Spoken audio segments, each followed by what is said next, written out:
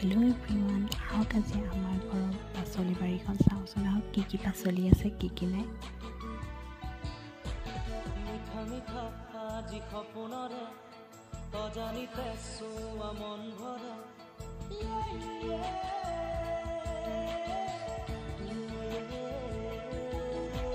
মিঠা মিঠা আজি সপোনৰে অজানিতে চোৱা মন ভৰে মিঠা মিঠা